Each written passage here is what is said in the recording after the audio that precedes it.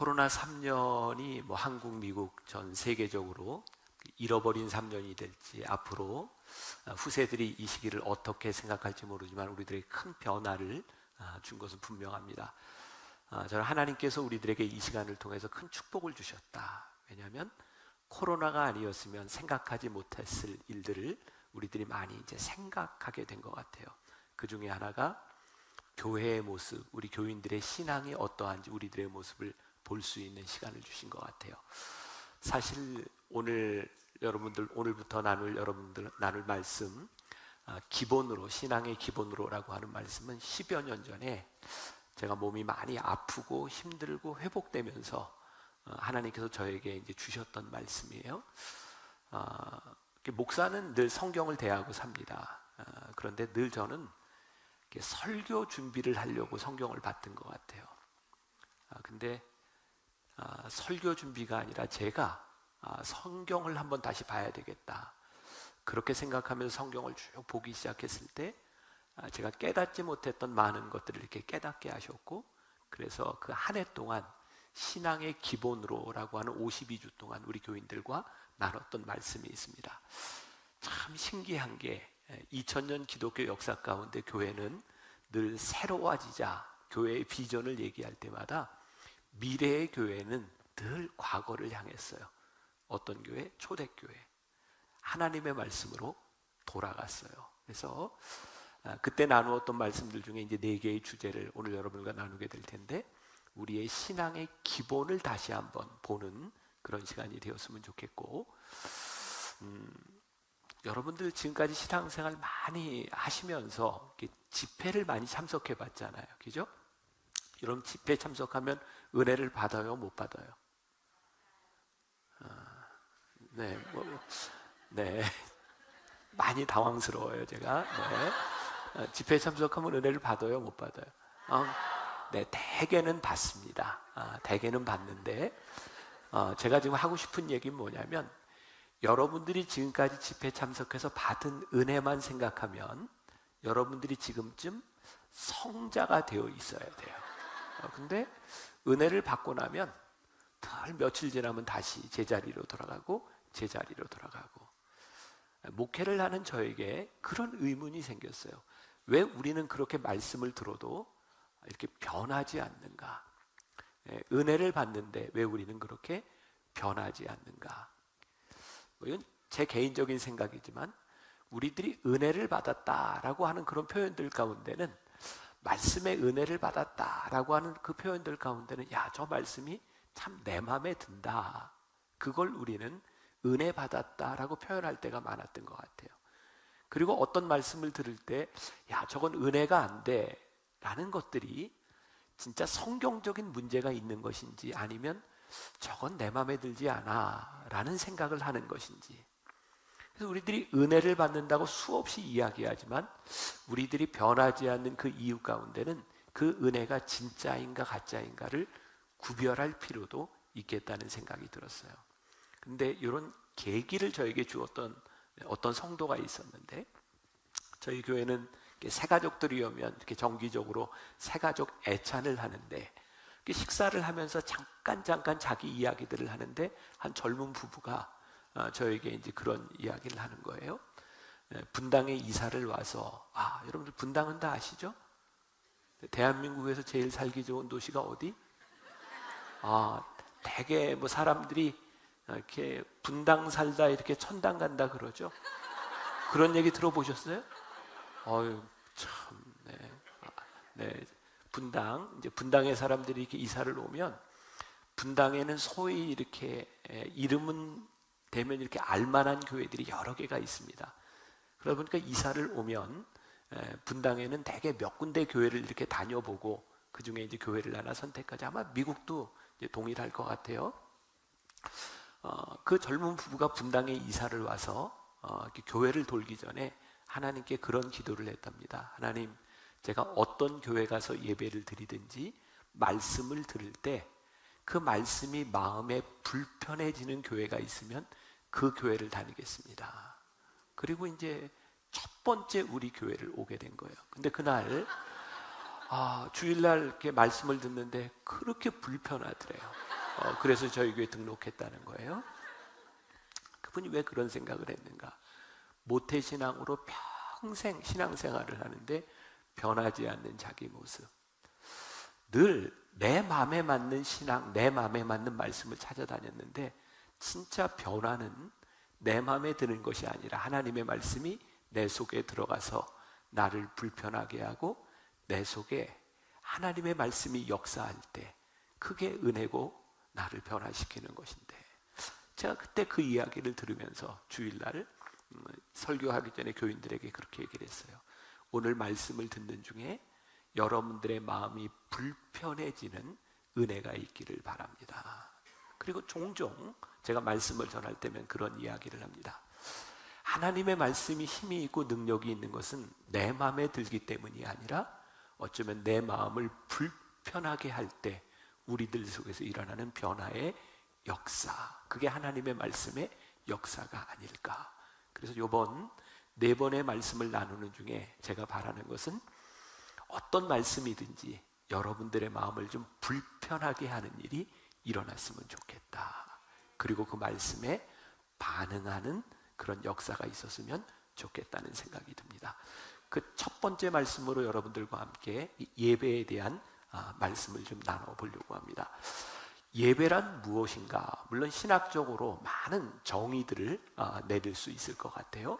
그리고 목회자가 목회를 하면서 저도 그렇고 우리 최 목사님도 그렇고 목회자가 가지고 있는 어떤 예배에 대한 정의는 이 예배 속에 그대로 나타나게 돼 있죠. 또 우리는 예배를 드릴 때 어떤 예배가 우리들의 삶에 성공적인 예배라고 생각하는가, 그것도 굉장히 중요한 일일 것 같아요. 여러분들은 어떤 예배를 드리고 이렇게 나가면서 야, 오늘 예배가 진짜 나에게 성공적인 예배였어, 그렇게 고백할 수 있을까요? 뭐 정답이 있는 건 아니지만 제가 생각할 때 성공적인 예배를 우리들이 드린다고 하는 것은 이 예배를 드리는 중에, 말씀을 듣는 중에 내 생각이 하나님의 관점으로 바뀌어질 때 그 예배는 성공하는 것이다 라는 생각이 들어요. 우리가 평생을 예배를 드려도 우리의 관점이, 우리의 생각이 변하지 않는다면 우리는 예배를 드리고는 있지만 예배의 성공자는 아닐지 몰라요. 이렇게 영어로 perspective라는 말이죠. 관점이 변한다는 거예요. 내가 사물을 보고 내가 생각하던 관점이 하나님의 관점으로 바뀌어지는 것, 그게 예배의 성공자가 되는 것이다. 또 예배 안에서 우리들의 관점이 바뀔 때 우리들에게 일어나는 굉장히 중요한 변화가 있다고 생각해요. 그건 뭐냐면 내 인생 가운데서, 하나님이 나를 이끄시는 인생 가운데서 내 삶에 내가 주인공이 되는 거죠. 한번 여러분들에게 물어볼게요. 여러분들은 여러분들이 살아가는 그 인생에 여러분들이 주인공이라는 생각을 종종 하세요? 오늘 예배를 드리는데 저와 여러분들 중에 누가 주인공일까요? 어쩌면 많은 분들이 예배의 주인공으로 여기에 와 있는 것이 아니라 어쩌면 강사로 초청한 제 말씀을 듣는 여러분들은 관객과 방관자로 여기에 와 있는 분도 있을 것 같아요. 저는 늘 그런 생각을 하거든요. 오늘 여기에 앉아있는 여러분들보다는 제가 훨씬 더 소중한 사람이죠. 맞죠? 그 아멘 하면 안 되는 거예요 지금. 네.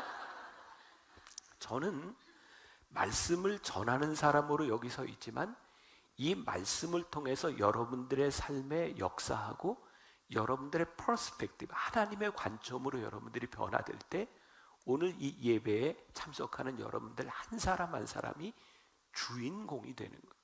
그러니까 내가 말씀의 주인공이 된다는 것은 우리의 인생을 보는 시각을 완전히 바꾸어 주는 일이라고 생각하고, 내 삶에 하나님이 나를 부르신 주인공이 되면 우리들의 삶에는 정확한 이유들이 생기기 시작해요. 저는 은혜를 좀 늦게 받았어요. 목사가 되고 나서 은혜를 받았거든요. 아마 제가 이제 설교하다 이제 내일 모레 이야기할 시간이 될지 모르겠지만 제가 억지로 목사가 되고 은혜를 받기 전까지 제 삶에는 이유가 없었어요. 나는 늘 억지로 끌려오는 인생이었어요. 근데 내가 하나님의 은혜를 경험하고 제가 그 기도원에서 이렇게 내려오면서 제 입술로 처음으로 하나님께 고백한 말이 있었어요. 하나님이 나를 사랑하시는구나. 전 그때까지 한 번도 하나님이 저를 사랑하신다는 생각을 한 적이 없어요. 왜냐하면 저는 늘 내가 원하는 자리에 있지 않았고 내 삶에는 내가 설명할 수 없는 일들이 참 많았어요. 제 인생에 불만이 참 많았어요. 근데 하나님의 은혜를 경험하고 났더니 내 삶에 하나님은 이유가 없이 행하시는 일이 없더라고요. 제 삶에 기대가 되기 시작한 것은 내 삶에는 늘 이유가 있다는 생각을 하기 시작하면서부터였어요. 예를 들자면 제가 몇 년 전입니다. 어떤 한국의 기독교 대학에 제가 설교를 하러 가게 됐어요. 채플 시간에 이제 여러 번 설교를 해야 되는데 설교하기 전에 그 채플린 목사님이 저에게 이런 얘기를 하는 거예요. 목사님, 오늘 채플 시간이 굉장히 힘들 것 같습니다. 왜냐하면 바로 중간고사를 앞에 두고 있어서 학생들이 예배 자세가 좋지 않을 것 같습니다. 그러면서 많이 졸지도 모르고 학생들이 공부를 할지도 모르고 딴짓을 할지도 모릅니다. 그렇게 아세요. 그러니까 예배도 이미 설교도 시작하기 전부터 그런 분위기라고 하니까 얼마나 부담스러워요. 그래서 이제 부담스러울 때는 목사가 할 일이 기도밖에 없잖아요. 기도하는데 하나님께서 저에게 그런 마음을 주시는 거예요. 오늘 여기에 누군가 말씀이 필요한 사람이 있다. 그래서 제가 설교하러 나왔는데 정말 많은 학생들이 시작부터 졸고 있고 공부하고 있고 예배에 예배자로 있는 청년들이 별로 없는 거예요. 그래서 이 사람들을 보고는 설교하기가 너무 힘드니까 예배 자세가 아주 좋은 학생 하나만 처음부터 끝까지 이제 거기만 보고 이제 설교를 한 거예요. 말씀을 마치고 제가 그날 스케줄이 저기 강원도 속초에 가서 이랜드라고 하는 기업의 직원들을 위한 수련회가 있었어요. 마치고 이렇게 속초로 내려가는데 전화가 왔어요. 이랜드 3옥 목사님이 전화를 했는데, 목사님, 요번 이랜드 직원들은, 우리 이랜드 직원들이 크리스찬이 많은데 이번에는 그 이랜드 그 매장에 일하는 직원들이 모이는 그런 집회인데 크리스찬들이 50%도 안 됩니다. 그 목사님 분위기를 그냥 그런 줄 알고 오세요. 그러니까 그날은 하나님이 저를 계속 이제 그런 분위기로 끌고 가신 거예요. 그때 제가 차를 타고 내려가면서 또 그런 기도를 했어요. 하나님, 여기 있는 누군가를 위해서 하나님이 저를 보내시는 줄 믿습니다. 그리고 그날 저녁 집회를 마치고 아침에 그 이메일을 이렇게 확인을 하는데 그 학교 이제 숭실대학인데 학생 하나가 저에게 메일을 보냈어요. 자기가 지금까지 채플에 이렇게 참여를 해서 강사 목사님들 중에 와서 분위기가 안 좋은데 제가 그랬나 봐요. 여러분들 시험 준비하느라고 많이 힘들 텐데 잘 사람은 자고 들을 사람은 듣고 편안하게 말씀 들으세요. 근데 그 친구가 그날 이렇게 채플 시간에 잠을 자고 공부하려고 그리고 들어왔는데 잘 사람은 자라고 하는 말이 그렇게 거슬리더래요. 그래서 기분 나빠서 못 자겠더래요.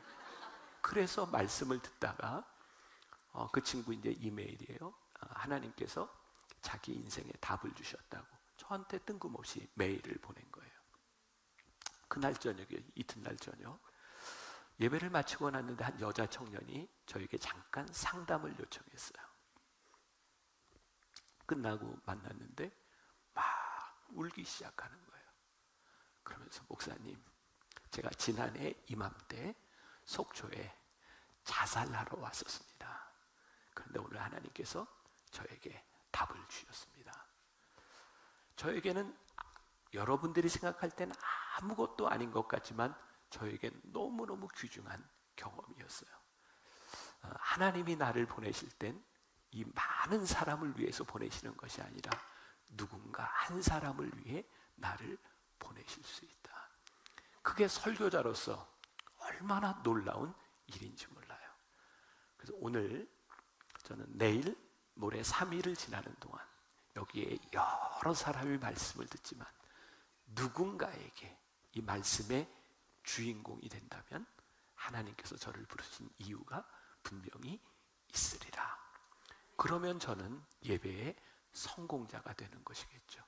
그리고 오늘 여러분들 가운데 이 말씀이 여러분들 가운데 역사한다면 여러분들 한 사람 한 사람이 예배의 주인공이 될 줄 믿습니다. 요즘 예배를 드린다. 제일 힘든 게 많은 사람들이 예배가 지루하다는 거예요. 그러니까 교회가 부흥하는 교회는 예배의 지루함보다는 예배의 기쁨이 많지만 많은 사람들이 예배에 대한 지루함을 느끼는 거예요. 예배는 우리들의 삶을 하나님 앞에 주인공으로 만들어주는 건데 왜 우리는 이 예배에 대한 지루함을 느낄까? 제가 미국에 공부하러 온 게 30년 전입니다. 제가 미국에 와서 1년쯤 됐을 텐데 제가 이제 공부하면서 미국 교회에서 처음으로 영어 설교를 이렇게 하게 됐어요. 지금 생각해도 그 미국 사람들이 얼마나 알아들었을까 모르겠어요. 저는 할 말은 다 했는데 그 사람들이 얼마나 알아들었을까. 근데 제가 제일 인상적이었던 건 저는 이제 감리교 목사니까 여기 미국 UMC에 전통적인 미국 교회에 갔는데 강대상에 이렇게 영어로 이런 글귀가 있는 거예요. 이렇게 해석을 하자면 설교를 짧게 하는 자 복이 있나니 이 강단에 다시 불림을 받을 것이며 그리고 이렇게 써놨어요. 사람들이 얼마나 설교에 대한 지루함을 느끼면 저런 걸 써놨을까? LA의 릭 오렌 목사님은 그런 얘기를 한 적이 있어요. 이렇게 위대한 하나님의 말씀을 가지고 사람들을 졸게 만드는 것은 기적이다. 그리고 오늘날 교회에 이런 기적이 많이 일어나고 있다. 그러니까 예배의 가장 큰 문제는 우리들이 이 예배 안에서 하나님의 능력을 경험해야 되는데 지루하다고 느끼는 거죠. 예배의 지루함은 여러분들의 문제일까요? 설교자의 문제일까요? 잘 대답하세요. 누구의 문제일까요? 네, 여러분들은 자기라 그래야지 내 문제, 설교자는 나의 문제는 아닐까. 제가 시카고에서 공부를 했는데요. 지금도 잊을 수 없는 일이에요. 실제 있었던 일이에요. 그 당시에 시카고에 있던 제가 다니던 교회 교인들은 대부분 이렇게 세탁소 하는 분들이 많이 있었어요. 30년 전에 여기 그로서리 하는 분들도 많이 있었죠. 그 당시에 참 그 한인 사회에 유행했던 게 일을 마치고 그 한인 마켓에 가면 비디오 테이프를 한국 드라마 가져와서 이렇게 보는 게 굉장히 유행이었고 그 30년 전에 유행하던 드라마가 두 개 있었어요. 하나는 한명회, 하나는 모래시계. 그 세대에 있을지 모르겠어요. 저희 교회 장로님이 한 분 계셨어요. 장로님이 주일날 대표 기도를 하는데 처음 기도가 이렇게 시작됐어요. 하나님, 성은이 만극하옵니다. 이 기도를 시작했어요. 사람들이 웃지도 못하고 굉장히 힘든 상황이었어요. 여러분들 생각에 이분이 밤새도록 뭘 하고 왔을 것 같아요? 아마도 한명회를 밤새도록 보고 와서 대표 기도를 했을 것 같아요. 사실 예배의 성공을 좌우하는 중요한 요인 가운데 하나는 우리들이 어떤 예배자로 살다 오늘 이 예배에 왔는가, 그게 예배의 성공을 좌우하는 열쇠일 것 같기도 해요. 제가 오늘 이제 그런 이야기를 여러분들과 함께 좀 나누려고 합니다. 예배자의 삶에 이유가 있을 뿐만 아니라 이 예배자의 삶에는 능력이 나타나야 되는데 우리들의 삶의 이유도 이 예배를 통해 우리들이 경험하는 능력도 우리들이 잃어버리고 살기 때문에 우리들이 예배의 주인공이 되지 못하는 것은 아닐까. 자, 오늘 본문 속으로 잠깐 들어가 봅니다. 오늘 본문은 굉장히 유명한 말씀이에요. 가인과 아벨이 하나님께 첫 번째 제사, 지금으로 얘기하면 예배를 드리는 그런 모습이 나와 있어요. 그런데 우리가 잘 아는 이야기인데 가인의 제물은 하나님이 받지 않으시고 아벨의 제물만 받으셨어요. 성경 어디에도 하나님께서 둘 중에 한 사람의 제물만 받겠다 이렇게 말씀하신 구절이 없습니다. 그런데 한 사람의 제물은 받고 한 사람의 제물은 받지 않으셨어요. 사실 이 제물이 어떤 제물이냐, 제물에 대한 문제이기보다는 이 제물을 드리는 예배자의 문제일 확률이 훨씬 더 높습니다. 물론 어떤 성서학자들은 이 제물을 가리켜서 가인이 드린 제물은 이렇게 농사를 지은 제물이고 아벨은 양의 새끼를 들었으니까 이게 피의 제사다, 이렇게, 그래서 하나님이 피의 제사만 받으셨을 것이다 라고 이야기하지만 이건 너무 은유적인 해석일 것 같아요. 중요한 건 성경에 보니까 가인은 그의 땅의 소산으로 하나님께 드렸고 아벨은 그의 양의 첫 새끼를 드렸다. 그러니까 땅의 소산으로 드렸다는 것은 영어식으로 표현하면 one of them이에요. 많은 것 중에 소산의 일부를 하나님께 드렸다. 아벨은 첫 새끼를 드렸다. D1입니다. 예배의 가장 중요한 요소, 하나님 앞에 우리들이 어떤 예배를 드리냐에 대한 부분은 우리들의 삶에 구별된 예배를 드리는가 그렇지 않는가에 대한 문제죠. 여러분, 온라인 상황이라고 하는 걸 우리들이 3년 동안 경험했어요. 그리고 너무 쉽게 예배를 드릴 수 있는 상황들도 우리들이 경험하게 됐어요. 그리고 우리는 언제든지 예배를 드릴 수 있게 됐어요. 이제 세상이 너무너무 바뀌었어요. 시간과 공간이라고 하는 개념도 없이 세상이 너무너무 바뀌어졌어요. 그리고 코로나로 예배를 드릴 수 없는 상황 가운데서 목회자들은 여러분들에게 그렇게 이야기를 했어요. 여러분, 교회에 나오지 못하지만 여러분들이 온라인을 통해서 예배를 드릴 수 있습니다. 또 우리는 그때 정말 중요한 교회론을 깨달았어요. 교회는 건물이 아닙니다. 우리는 어디서든지 예배를 드릴 수 있습니다. 맞습니다. 성경에 나오는 교회라고 하는 말은 사실은 건물이 아니라 회중, 예수님을 주로 고백하는 공동체의 모임이에요. 근데 문제는 뭔지 아세요? 우리들이 너무 쉽게 예배를 드릴 수 있게 되면서 예배를 우리들이 구별하지 못하게 되었다는 거예요. 너무 쉽게 예배를 드리게 되면서 one of them, 내 시간의 일부를 언제든지 하나님께 드릴 수 있어. 그것이 예배이기는 하지만 하나님께서 받으시는 예배가 있고 받지 않으시는 예배가 있다.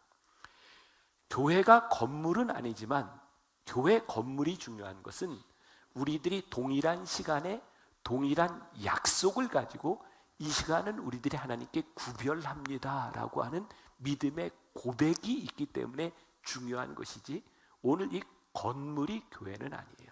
그런데 이 약속을 함께한 우리들이 모일 수 있는 이 시간이 우리들에게 귀한 거죠. 하나님께서 이스라엘 백성들을 출애굽시키셨어요. 여러분, 이스라엘 백성들이 출애굽하는 과정에서 참 많이 불평을 하거든요. 이스라엘 백성들은 언제 불평을 했는지 아세요? 불편할 때마다 불평합니다. 근데 하나님은 이스라엘 백성에게 한 번도 내가 너희를 출애굽시키는데 너희로 하여금 편안하게 해주겠다고 약속하신 적이 없어요. 하나님께서 이스라엘 백성을 출애굽시키신 이유는 레위기 22장 31절부터 33절 말씀에 너희는 내 계명을 지키며 행하라. 나는 여호와이니라. 너희는 내 성호를 속되게 하지 말라. 나는 이스라엘 중에서 거룩하게 함을 받을 것이니라. 나는 너희를 거룩하게 하는 여호와요 너희의 하나님이 되려고 너희를 애굽 땅에서 인도하여 낸 자니 나는 여호와니라. 내일 제가 거룩에 대한 이야기도 하게 될 텐데, 하나님께서 이스라엘 백성을 인도하셔 내신 이유가, 첫 번째 이유가 뭐냐면 내가 너희의 하나님이 되려고 너희를 인도하여 냈다. 하나님께서 우리를 출애굽, 이 세상에서부터 우리를 구별하여 우리를 부르신 이유는 우리로 하여금 편안하라고 우리를 부르신 것이 아니라 내가 너희의 하나님이 되고 너희가 나의 백성이 되도록 내가 너희를 불렀다라고 말씀하고 있어요. 그리고 하나님의 하나님의 특징에 대해서 하나님은 어떤 분이시냐를 이야기하고 있는데 하나님은 거룩하신 분이다. 하나님은 가인과 아벨에게 동일한 직업을 주시지 않았어요. 농사를 지을 수도 있고 양을 칠 수도 있고 어떤 직업이든지 문제가 되지 않아요. 근데 중요한 게 있어요. 어떤 직업이든지 문제는 없지만 네가 가지고 있는 그 직업 가운데서 내가 구별되었느냐는 거예요. 오늘날 우리 기독교인들이 예배자들이 힘을 잃은 이유가 있다. 구별되지 않은 거예요. 우리들이 예배당에서 예배를 드리는데 예배를 드린 우리가 이 세상에서 예수님을 믿지 않는 사람들과 별로 구별되지 않아요. 요즘 크리스찬들 중에 이런 칭찬을 받는 사람들이 꽤 있어요. 예수를 믿으려면 저 사람처럼 믿으라고, 뭐 그렇게 유별나게 예수를 믿냐고. 주일날 예배 드리지만 평일날 똑같잖아. 얼마나 잘 어울려. 예수를 좀 그렇게 못 믿어? 그래서 막 칭찬해요. 여러분들도 그런 칭찬을 종종 받으시나요? 우리가 특별하게 산다는 것이 아니라 우리들이 예수를 믿기 때문에 세상에서 유별난 삶을 사는 것이 아니라 예수를 믿고 예배자로 살아가는 우리가 이 세상에서 거룩하게 구별될 필요가 있는 거예요. 우리들이 이 세상에서 구별되지 않으면 우리들이 예배자로 거룩하게 살아갈 수 없는, 다니엘서 1장 8절에 유명한 말씀이 있죠. 다니엘은 뜻을 정하여 왕의 음식과 그가 마시는 포도주로 자기를 더럽히지 아니하리라 하고 자기를 더럽히지 아니하도록 환관장에게 구하니. 다니엘이 뜻을 정하고 나니까 그가 해야 되는 일과 하지 말아야 되는 일이 분명해졌다는 거예요. 하나님, 우리가 예배자로 살아갑니다. 이게 무슨 의미예요? 우리들이 예배자로 살아가기 때문에 이 땅에서 해야 되는 것과 우리들이 하지 말아야 되는 이것이 우리들에게 분명해지는가? 사실은 예배자가 살아가는 예배자의 삶의 자리는 그 삶을 거룩하게 만들어야 되는데 우리는 그런 거룩한 삶을 살아가고 있는가? 하나님은 왜 아벨의 제물은 받으시고 가인의 제물은 받지 않으셨을까? 그 이유는 구별에 있다. 가인은 하나님께서 그의 제물을 받지 않으신 것에 대하여 분노했어요. 화가 났어요. 왜냐하면 그는 하나님이 자기 제물을 받지 않은 것 때문에, 사실은 그것 때문에 화가 났다기보다는 아벨의 제물을 받으신 것에 더 화가 났는지도 몰라요. 예배에 실패하는 많은 사람들의 모습 가운데 하나가 뭐냐면 비교하는 거예요. 사실 예배에 중요한 것은 비교가 아니라 어떤 상황에서든 우리들이 하나님 앞에 어떻게 반응하느냐에 대한 문제겠죠. 제가 전도사 시절 그리고 목회자로 유학을 가던 시절, 목회자였던 저희 아버님은 저에게 늘 새로운 길을 갈 때마다 이런 얘기를 하셨어요. 목회자는 모래바닥에 코를 쳐박고 죽어도 교인들에게 돈 없다는 얘기 하는 거 아니다. 그거 목회자의 자존심이다. 저희 아버님이 세시던 그 오래전 세대의 목회자들의 문제는 돈 없는 곳에서 어떻게 목회자로서의 자존심을 지키느냐였어요. 근데 요즘은 저는 반대라고 생각하거든요. 돈 없는 것에 대한 문제가 아니라 어쩌면 우리 그리스도인들의 삶에서 이 풍요로움 가운데서 우리들이 어떻게 신앙인으로서의 자존심을 가지고 살아가느냐.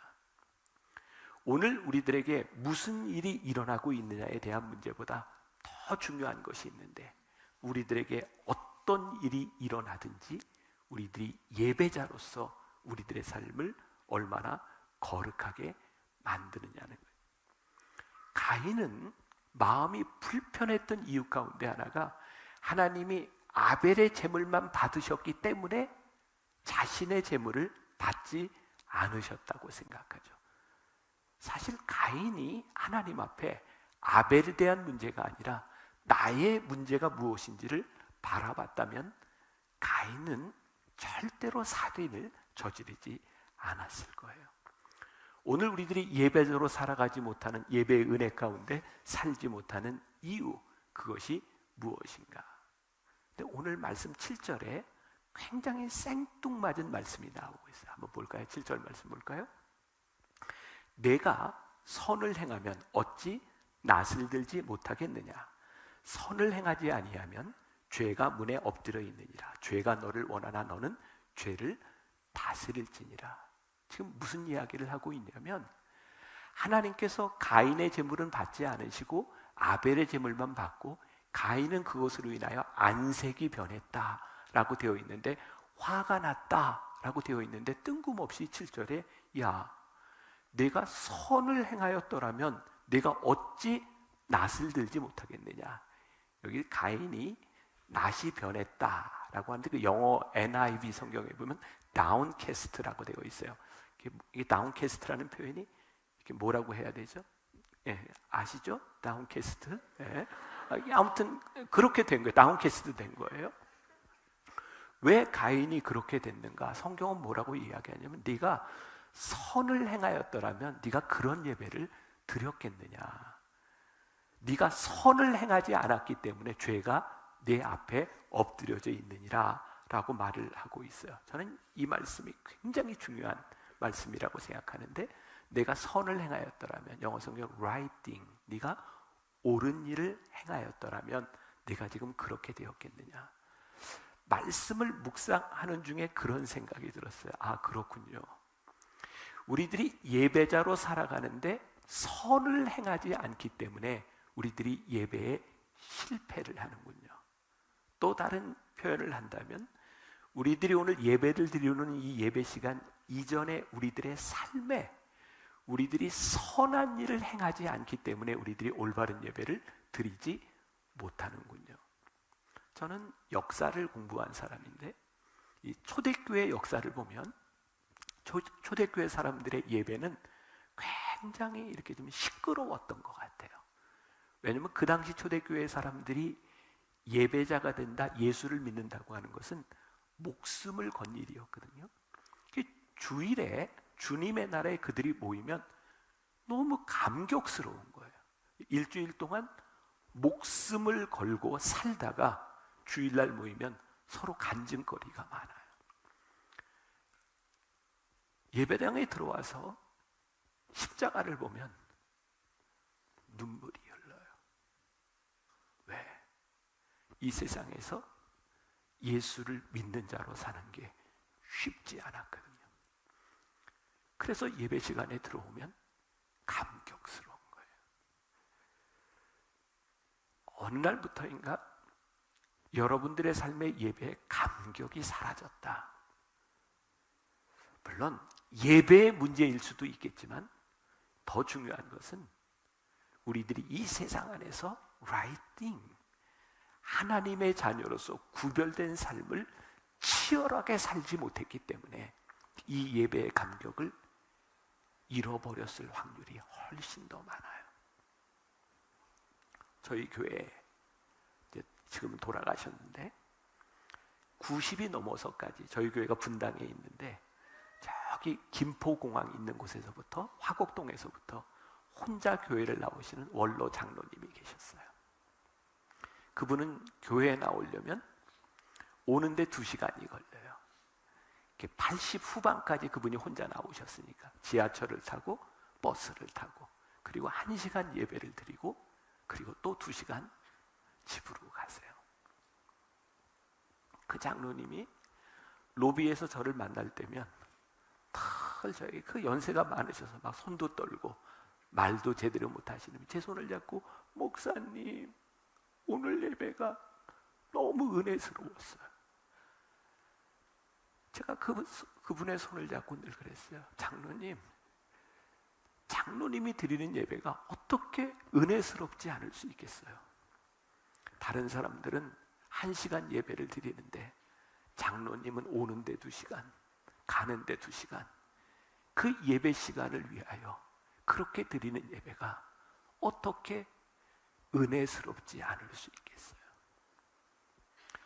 사실 오늘 우리들이 이 예배의 자리에 나와서 우리들이 예배를 드리는 이 시간보다 이 자리에 나오기까지 우리들이 어떤 마음으로 우리들이 여기에 나왔는가, 그게 예배의 성공자로 만드느냐 그렇지 않느냐에 대한 문제가 아닐까요? 우리가 예배자로 옳은 일을 행한다고 하는 것은 저는 또 그런 생각을 해요. 가인이요, 하나님 앞에 올바른 예배도 드리지 못했지만 가인이 화가 났는데, 가인이 어떻게 화가 나서 동생을 죽이잖아요. 가인아, 네가 올바른 예배자였다면 네가 화가 났을 때 그렇게 동생을 죽일 수 있겠니? 우리가 예배를 드린다고 우리들이 실수하지 않나요? 우리는 다 실수해요. 그리고 우리들에게는 기질이 있어서 사람마다 다 달라요. 그렇죠? 여러분들 신앙생활을 오래 한다고 그 사람이 착하든가요? 아니죠. 초신자 중에도 착한 사람이 있고, 아무튼 평생 신앙생활 했는데도 참 어쩌면 저렇게 못됐어. 그만, 여러분들 머릿속에 떠오르는 그 사람 맞네. 맞아요. 그 사람 맞아요.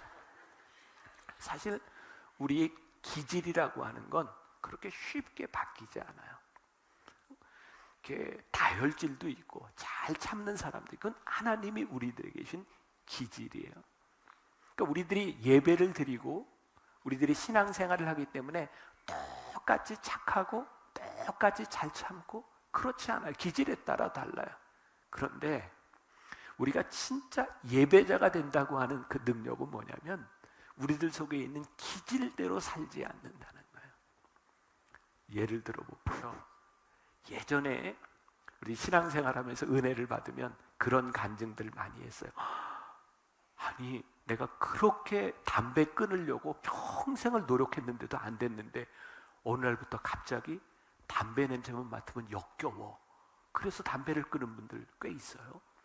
술을 못 끊는 사람도 어느 날 그냥 술만 먹으면 속이 뒤집혀지는 것 같고 그 술을 끊게 됐어. 야, 참 은혜네, 은혜. 은혜죠? 참 그게 귀하다고 생각했는데, 제가 잘 알고 있는 목사님 중에 한 분인데 이분은 꽤 큰 교회 담임을 하고 계세요. 이 목사님은 이제 해병대 출신에 청년 때 그렇게 술, 담배, 싸움 굉장히 이렇게 많이 놀았던 분이에요. 근데 그분이 은혜를 받고 목회자가 되고 목사가 된 거예요. 어느 날 이렇게 여행을 하면서 같이 앉아 있는데 저기 옆에 있는 사람들이 술도 먹고 담배도 피고 그래요. 목사님이 그런 얘기를 하더라고요. 김 목사님, 나는 지금도 저 담배 피는 사람을 보면 담배가 피고 싶고 술 먹는 사람을 보면 술이 먹고 싶어. 나는 평생을 참아. 근데 그게 은혜가 되는 거예요. 진짜 은혜 가운데 사는구나. 하나님께서 우리들에게 은혜를 주셔서 끊게 하시는 그 은혜보다 저는 매일매일 싸우며 살아가는 그 은혜가 훨씬 더 크다는 생각이 들어요. 우리들이 예배자로 살아가며 예배자로 라이팅, 옳은 일을 행하기 위하여 내가 기질대로 살지 아니하고, 하나님 제가 이런 기질인데 하나님 제가 예배자로 살아가기 위해서 제가 성질대로 살지 않습니다. 우리들이 완전할 수는 없지만 예배자이기 때문에 우리들이 변해가는 모습들이 우리들에게 나타나기 시작할 때 그게 예배가 아닐까. 예배는 나의 만족을 위해서 있는 것이 아니라 하나님께서 이 예배를 받으시는가를 생각한다면 우리의 예배는 많이 달라질 것 같아요. 물론 저는 예배를 인도하는 목회자로서 늘 어떤 생각을 하냐면 교회에 처음 나오는 우리 교인들, 이 사람들을 위해서 어떻게 예배를 준비할까. 이 교회도 마찬가지라고 생각하는데, 저는 20여 년 전부터 만나교회 목회를 하면서 저는 이제 선교학 공부를 한 사람이거든요. 그래서 연세가 많은 아주 클래식한 사람들, 또 요즘 세대의 밴드를 하는 사람, 이렇게 좋은 이렇게 현대 예배를 원하는 사람들, 이 사람들에게, 그리고 또 저 젊은 사람들은 주일날 7시, 8시에 오기 힘들겠지. 그래서 젊은이들, 아이를 데리고 오는 사람들을 위해서는 몇 시 예배가 좋겠어. 늘 제 마음 가운데는 어떻게 하면 교인들이 예배를 잘 드릴 수 있도록 나는 준비해야 할까? 저는 목회자로서 제가 양심을 걸고 늘 생각하는 게, 우리 교인들에게 어떻게 편안하게 예배를 드릴 수 있도록 할 수 있을까? 그게 저에게 제일 중요한 일이에요. 근데 언제부터인가 그런 생각이 드는 거예요. 저 교인들이 편안한 예배에 와서 편안한 예배를 드리고 그것으로 끝나는 것이 아니라, 어느 시점이 되면 하나님 앞에 나를 구별하고, 나의 편안함이 아니라 하나님 앞에 내가 어떤 사람이 되는가를 생각할 수 있는 곳까지 나아가야 되는데, 혹시 교인들을 위하여 편의를 제공하는 것들로 인하여 내가 혹시 잘못된 예배자를 만드는 것은 아닐까? 물론 신앙이 옅은 사람을 위해서 교회가 여러 가지 배려하고 여러 가지로 제공해야 되는 것이 있지만, 여러분들이 신앙의 연수가 지나면서도 하나님이 어떤 예배를 받으실까에 대한 문제가 아니라, 내가 어떻게 하면 편할까를 생각한다면 우리는 올바른 예배자로 세워지는 것은 아니지 않을까? 자, 이건 제가 목회자로서의 경험이에요. 여러분들 처음 신앙생활 할 때 막 간증들이 많지 않았어요? 어떠셨어요? 정말 별것도 아닌 건데 막 하나님이 기도를 다 들어주셔. 초신자들은 전도도 잘해요.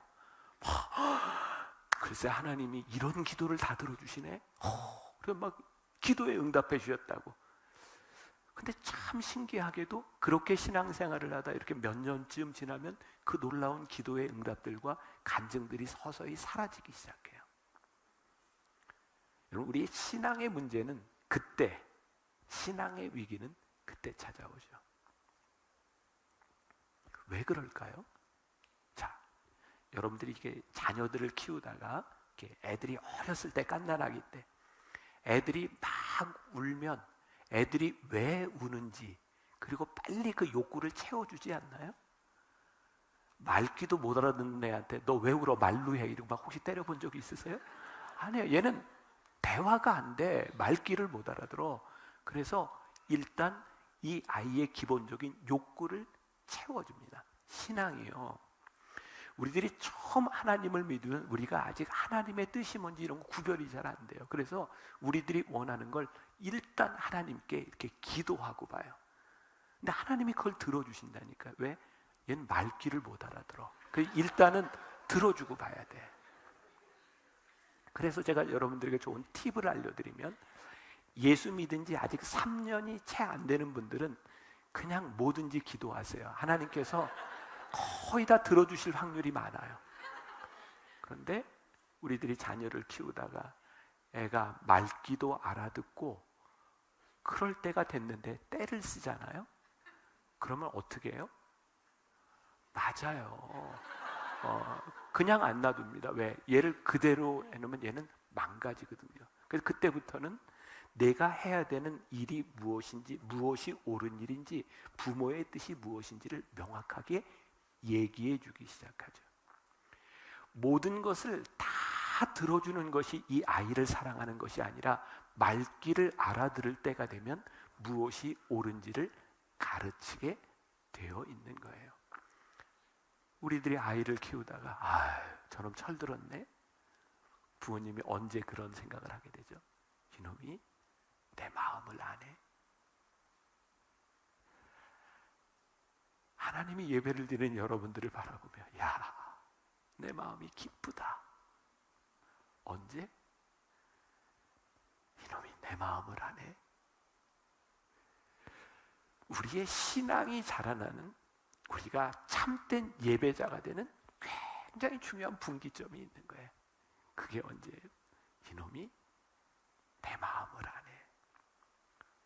그래서 우리들이 하나님을 믿는다고 하는 것은, 우리들이 처음 처음 예수를 믿을 때는 나의 니드를 충족시키는 것이 신앙의 시작점이 될 수는 있으나 우리들이 참된 예배자로 살아가는 데 있어서 중요한 것은 아버지의 뜻이 우리 가운데 들어오기 시작하는 거죠. 누군가 그런 이야기를 했어요. 우리 신앙의 문제는 하나님의 뜻을 모르기 때문이 아니라 하나님의 뜻을 알매도 순종할 용기가 없는 것이 문제다. 제가 은혜를 받고 깨달은 거예요. 제 인생을 보니까 하나님은 내 기도대로 일하시는 분이 아니더라고요. 여러분, 기도하면 다 응답되세요? 그렇다고 그렇게 자신 있게 아니에요로 또 이렇게 얘기하시네. 네. 근데 우리는 왜 기도해요? 자, 우리들이 기도하는 이유는요, 기도하지 않으면 그게 하나님의 뜻인지 아닌지 분별이 안 돼요. 기도의 가장 큰 유익은 기도함을 통해 우리들이 하나님의 뜻을 알고 하나님께 순종할 수 있기 때문에 기도하는 것이지, 내 욕망을 이루기 위해서 끊임없이 기도한다면 우리는 하나님을 인격적으로 믿는 게 아니잖아요. 저에게 깨달아진 게 있었어요. 제 마음에는 아마 여러분들도 그런 것처럼 소원이 있어요. 지금 여러분들이 이 자리에 앉아있는 여러분들이 인생을 살면서 내가 계획한 대로 다 됐으면 여기 이 자리에 앉아있을 사람이 얼마나 될까요? 만일 내 인생이 내 계획대로 되지 않았기 때문에 나는 실패했어 라고 생각한다면 이 중에 성공한 사람은 아무도 없을 거예요. 근데 놀랍게도 하나님은 내 기도대로 내 기도를 다 들어주시는 분이 아니라 하나님의 뜻대로 나를 인도해 가시는 분인데, 어느 날 깨닫게 된 게, 저는 그런 깨달음이, 내 기도대로 됐으면 큰일 날 뻔했구나. 하나님은 내 생각과 내 뜻보다 훨씬 더 높고 깊은 분이세요. 그것을 깨닫기 시작하면서 저는 그런 기도를 하기 시작했어요. 하나님께서 저에게 어떤 것을 보여주시든지 하나님이 저에게 보여주신 뜻이 분명하다면 순종할 수 있는 용기를 저에게 주세요. 저에게 제일 두려운 게 용기가 없는 거더라고요. 제가 한국에 있는 강남 금식기도원이라고 예전에 10여 년 전에는 매달 거기 가서 이렇게 한 달에 한 번씩 설교하던 때가 있어요. 금식기도원이거든요. 제가 금식기도하는 사람들 앞에 설교를 하면서 그런 얘기를 종종 했어요. 여러분들 중에 오늘 말씀을 듣고 오늘 금식이 끝나는 분이 많이 있었으면 좋겠습니다. 왜 그런 설교를 했냐면, 금식하러 온 사람들 중에 많은 분들이 하나님의 뜻을 물으러 오는 사람보다 하나님을 협박하러 오는 사람이 많아요. 그러니까 이제 하다 안 되니까 금식기도원에 와서, 하나님 저 이러다 죽습니다. 이제 알아서 하세요. 하나님 죽습니다. 근데 금식기도까지 오는 사람들 중에 많은 사람들은 사실은 하나님의 뜻이 뭔지 이미 알고 있어요. 근데 하나님의 뜻대로 살고 싶지 않거나 뜻대로 살아가는 것이 힘든 거예요. 그래서 금식기도를 해요. 그리고 너무 재밌는 건, 여러분들 중에도 그런 사람이 있을 수 있을 것 같은데, 우리들이 인생에 문제가 생기면 작정 기도하잖아요. 열흘 금식, 100일 아침 금식. 그 놀라운 일은 그렇게 금식을 다 마치고 기도하는 제목이 이루어지지 않으면 탁 손을 털면서, 아이고, 이 하나님이 원하시지 않는구나. 참 신기해요. 작정은 지가 하고 하나님의 뜻이 아니래. 여러분, 우리 신앙생활은 우리들 너무 웃기지 않아요? 우리들은 하나님을 믿는다고 하는데 하나님의 뜻을 묻기보다 내 뜻을 정해놓고 살 때가 많아요. 또 우리가 신앙의 깊은 관계, 신앙의 세계로 들어간다는 것은, 오늘 제가 찬양을 부르면서 참 은혜로웠던 게, 찬양이 다 그렇잖아요. 하나님 앞에 하나님의 임재 앞에, 하나님 앞에 나를 내려놓고, 진짜 우리들이 찬양은 그렇게 하는데 우리들이 하나님 앞에 나를 내려놓고 순종할 준비가 되어 있는가? 이번 코로나 3년을 지나가는 동안 저는 그런 고백을 하는데, 우리 교인들과 하나님께서 우리 교회에 큰 은혜를 주셨다. 뭐냐면 코로나로 예배를 드릴 수 없는 상황에서 새벽 예배를 제가 3년 동안 매일 묵상을 시작했거든요. 2년 전에는 오스왈드 챔버스의 주님은 나의 제복, 매일 새벽마다 그거 녹화하고, 지난해에는 성경 통독을 제가 창세기부터 요한계시록까지 다 읽었어요. 교인들과 함께. 별로 안 놀라시는군요. 제가 시작해놓고 얼마나 후회했는지 몰라요. 너무 힘들었어요. 이게 안 틀리고 성경을 다 읽는 게. 근데 제가 읽으면서 교인들에게 도전을 준 거예요. 우리 함께 합시다. 그리고 여러분들 보니까 하나님의 숨결을 이렇게 목사님이 소개를 하고 이제 또 판매도 한 것 같아요. 올해는 하나님의 숨결 가지고 365일 교인들과 함께 이제 영상을 통해서 만나는 거예요. 근데 하나님이 주신 축복이 뭐냐면 매일매일 교인들과 함께 말씀 묵상을 하고 성경을 읽으면서 우리들이 영적으로 성장하는 걸 느끼는 거예요. 우리들이 자라나고 있구나. 근데 큰 축복이 뭐였냐면, 오스왈드 챔버스의 주님은 나의 제복을 묵상하는데 그 책에 그런 표현이 많이 나요. 이 오스왈드 챔버스가 순종하며 살아가기 위해서 몸부림친 이야기들이, 그 말씀들의 묵상들이 나오는데, 오스왈드 챔버스 그런 얘기를 자주 해요. 내가 하나님 앞에 찢겨지는 빵과 부어지는 포도주가 되기를. 근데 그게 여러 번 반복해서 나오는데 그게 우리 교인들의 일상 용어가 됐어요. 찢빵 부포.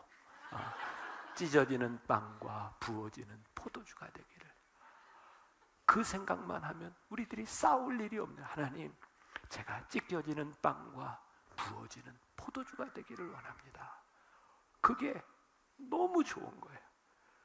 그리고 교인들 앞에서 그런 고백을 했어요. 제가 목사로서 저에게 기도 제목이 생겼습니다. 하나님, 제가 평생을 살아가는 동안 찢겨지는 빵과 부어지는 포도주가 되는 마음으로 살게 하여 주옵소서. 그게 너무 좋은 거예요. 하나님 우리 교회에 큰 은혜를 주셨다. 찢겨지는 빵과 부어지는 포도주가 되기를. 찢빵 부포. 그렇구나. 우리가 하나님을 믿는다는 것이 그런 마음이면 되겠구나. 성공적인 예배자로 살아간다는 것, 우리들의 삶의 예배자로서의 흔적을 가지고 사는 거예요. 흔적. 저는 이 흔적, 사도 바울이 내가 예수의 흔적을 지녔노라 라고 이야기하는데, 사도 바울에게 이 흔적이 무엇이었을까요? 흔적, 이 스카, 상처. 제 해석이에요. 사도 바울은 복음을 전하다가 예수님을 믿는 것 때문에 돌을 맞기도 하고 채찍을 받기도 했어요. 그러니까 사도 바울의 몸에는 상처가 있는 거예요. 사도 바울이 사역을 하다가 힘든 일이 있을 때, 혹은 어떤 일을 만났을 때 그 몸에 상처를 봐요. 내가 예수님 때문에 맞았던 상처구나. 내가 예수의 흔적을 지녔구나. 내가 예수님을 전하고 예수님을 잘 믿기 위해 살아가다가 나에게 상처가 났구나. 그걸 볼 때마다 그의 신앙을 다시 돌아보게 되는 거예요. 제가 오늘 여러분들에게 정말 중요한 도전을 하나 드리고 싶어요. 전 여러분들의 삶에 예수 믿은 것 때문에 입은 상처가 있으면 좋겠다. 우리는 그동안 교회 안에서 예수 믿고 우리들이 받은 축복의 간증들을 참 많이 했잖아요. 근데 저는 이 세상 사람들이 우리 기독교인들을 보면서 예수 믿고 우리들이 축복받은 간증보다 예수 잘 믿기 위해 받은 상처에 더 은혜를 받는다고 생각합니다. 제가 진짜 좋은 기독교인이 되기 위해서 제 삶에 이런 상처, 이런 흔적을 가지고 있어요. 저는 목회하면서 몸이 많이 아팠어요. 한 10여 년 넘게 굉장히 힘들고, 지금은 이렇게 건강한 상태가 이렇게 저는 이렇게 쉽지 않은 상태인데 굉장히 건강해 보이지 않아요? 네, 그렇다고 해주세요. 네, 건강해요. 근데 이제 제 안에 병이 많아요. 보통 일반 사람들이 앓고 있는 병의 한 반 정도는 제가 몸에 다 가지고 있다 생각해도 될 만큼 몸이 많이 아파요. 제가 이제 죽을 고비도 몇 번 넘기고 응급실에도 여러 번 가고, 이제 그 중에 하나가 제가 벌써 10년 지났네요. 영국의 그 런던 이렇게 연합 집회를 인도하러 갔다 집회도 인도하지 못하고 이렇게 쓰러졌어요. 기절을 했는데, 혹시 최 목사님 기절해 본 적 있어요? 여러분, 기절 한번 안 해보고 인생을 얘기하지 마세요, 진짜. 진짜 그 기절할 때 그 느낌이, 저는 이렇게 표현 못할 건, 정말 정신을 딱 잃는 순간에 그냥 이렇게 너무 평안하게 그냥 이렇게 정신을 잃었어요. 네, 제가 이제 화장실에서 이렇게 쓰러졌는데 다행히 선교사님이 저를 뒤에서 이렇게 감싸 안았어요. 안 그랬으면 제가 변기에 그냥 그대로 이렇게 쓰러졌을 텐데. 그리고 한국으로 와서 제가 이제 심장에 이렇게 이제 스텐트를 하게 됐는데, 막 그때 죽었을 수도 있었을 것 같아요. 가끔 목사님들 만나면, 목회하는데 여기 하나씩은 넣고 해야지 그냥 목회가 돼? 최 목사님 물론 하나님께서 건강한 이렇게 체질도 주시고, 연약한 체질도 주시고, 이게 건강을 관리한다고 되는 게 아니잖아요. 뭐 유전적인 DNA도 있고. 근데 저는 심장에 스텐트를 하고 나서 또 제 삶에 굉장히 중요한 변화를 또 하나님이 주셨고, 심장 스텐트를 하고 병원에서 의사 선생님이, 목사님 이렇게 좀 쉬세요. 근데 스텐트를 딱 하고 나니까 쉬지를 못하겠더라고요. 이게 덤으로 사는 것 같아서. 저에게는 흔적이에요, 흔적. 내가 열심히 살았구나. 그리고 전 가끔 교인들한테 설교할 때 그런 얘기하는데, 제가 죽었을 때 제 영정사진이 있을 거 아니에요? 제 영정사진 앞에 교인들이 와서 저를 어떻게 기억하면 좋을까?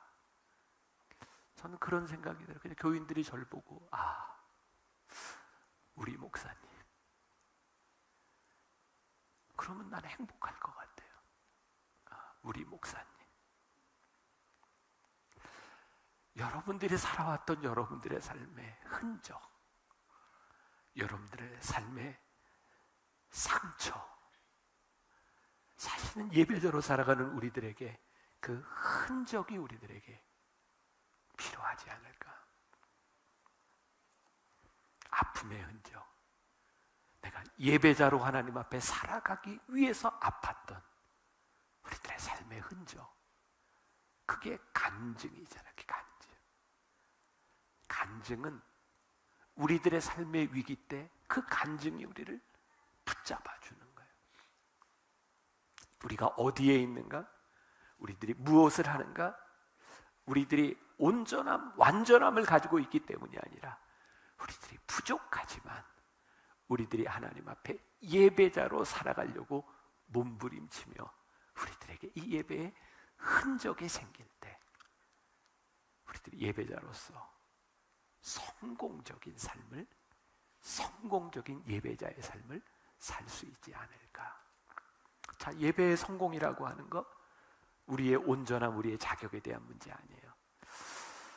제가 재밌는 이야기를 하나 읽어드리고 말씀을 마무리하려고 하는데, 마무리할 때 제가 좀 찬양을 하나 하려고 해요. 따스한 성령님. 여기 보니까 우리 유영광 집사님이 여기 교회 등록해서 다니죠. 근데 유영광 집사님이 사실은 이중 등록이 돼 있어요. 온라인 만나교회 성도기도 하고, 여기 이 교회 성도인데, 제가 이 찬양을 같이 좀 부르고 기도하려고 하는데, 한번 우리 유영광 집사님 좀 불러주고 같이 불렀으면 좋겠거든요. 조금 있다가 내가 나오라고 하면 준비해 주세요. 자, 제가 글을 하나 읽어드릴게요. 어떤 시골 교회에 있었던 일이에요. 한 시골 교회 주일 저녁 예배, 이날은 교사 헌신 예배로 드리게 되었다. 살짝 떨리는 목소리, 홍조를 띤 얼굴 앞에서 사회를 보시는 부장 장로님의 긴장하신 모습이 역력하다. 여러 순서를 어렵게 인도하시던 장로님은 담임 목사님의 설교 순서가 다가오고 있음에 약간의 안도를 느꼈다. 성도님들과 함께 본문 말씀을 봉독하고 나서 설교하실 담임 목사님을 소개할 차례. 이제 목사님 나오셔서 하나님 말씀 전해주시겠습니다 라고만 하면 되는 거지. 빨리 내려가 숨 좀 돌려야겠어. 하지만 긴장을 조금 늦춘 탓이었던가 장로님이 내뱉은 말은 하나님 나오셔서 목사님 말씀 전해주시겠습니다 였던 것이죠. 키득키득 웃음소리가 들리는 중에 단에 오르신 재치 만점 목사님 왈, 하나님 나오셨습니다. 이내 교회는 웃음바다가 되었다. 덕분에 모두의 마음이 열려 최고의 헌신 예배가 되었다. 어떤 작은 교회 목사님이 쓴 글이었는데 이 글이 그렇게 그냥 좋더라고요. 우리의 노력과 완성 참 중요하고 우리가 열심히 준비해야 되지만 진짜 하나님께 드려지는 귀한 예배는 우리의 완성으로 드릴 수 있는 것이 아니라 우리의 부족함 가운데도 우리들이 드릴 수 있는 그 예배가 아닐까. 오늘 이 회중 가운데 여기 있는 사람들 가운데 따스한 성령님이 우리 가운데 계셔서 성령님이 우리를 만지실 때 오늘 우리들이 그 예배, 하나님 앞에 주인공이 되는 예배를 드릴 수 있는 것이 아닐까.